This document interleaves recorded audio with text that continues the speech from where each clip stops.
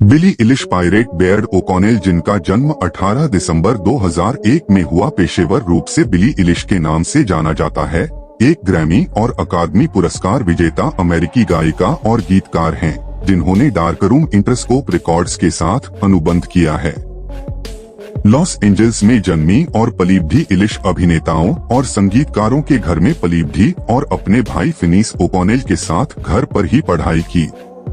8 साल की उम्र में वह लॉस एंजल्स चिल्ड्रन चोयर में शामिल हो गई और भावपूर्ण स्वर विकसित किए, जो बाद में उसके शुरुआती एकल में दिखाई दिए। 6 फीट अंडर और फिंगर्स क्रॉस्ड की रिलीज के बाद इलिश ने ओशन आइज के साथ अपनी सफलता हासिल की, जिसे फिनिस के साथ निर्मित और सहलिखित किया गया और इंटरस्कोप द्वारा रिलीज किया गया।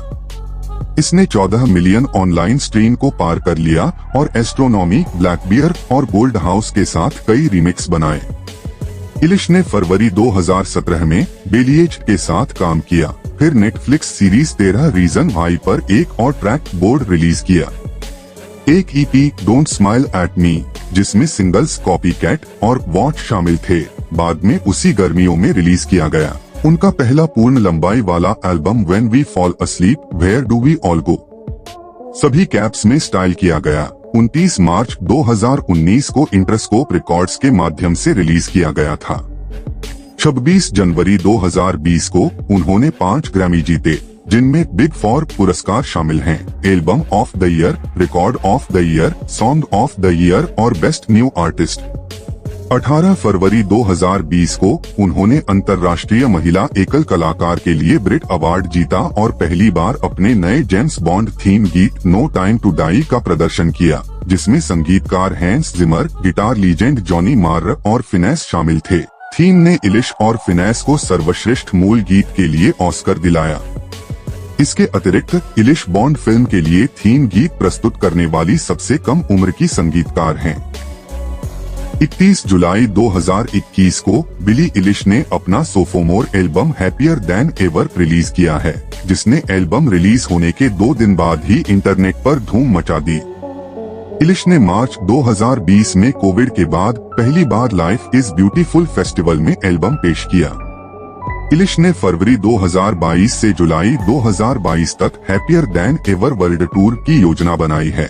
2024 में इलिश अपने तीसरे studio album hit me hard and soft के साथ लौटीं, जिसे 17 मई 2024 को रिलीज किया गया। इस एल्बम में लंच, चिहिरो और बर्ड्स ऑफ ए फेदर जैसे हिट गाने शामिल थे।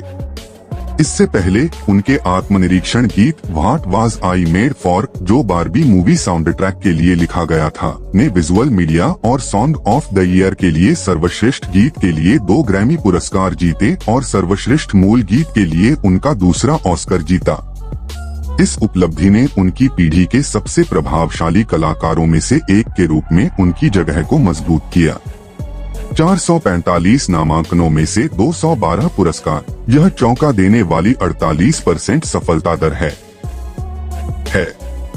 2022 में इस जेम्स बॉन्ड थीम ने उन्हें सर्वश्रेष्ठ मूल गीत के लिए गोल्डन ग्लोब पुरस्कार भी दिलाया।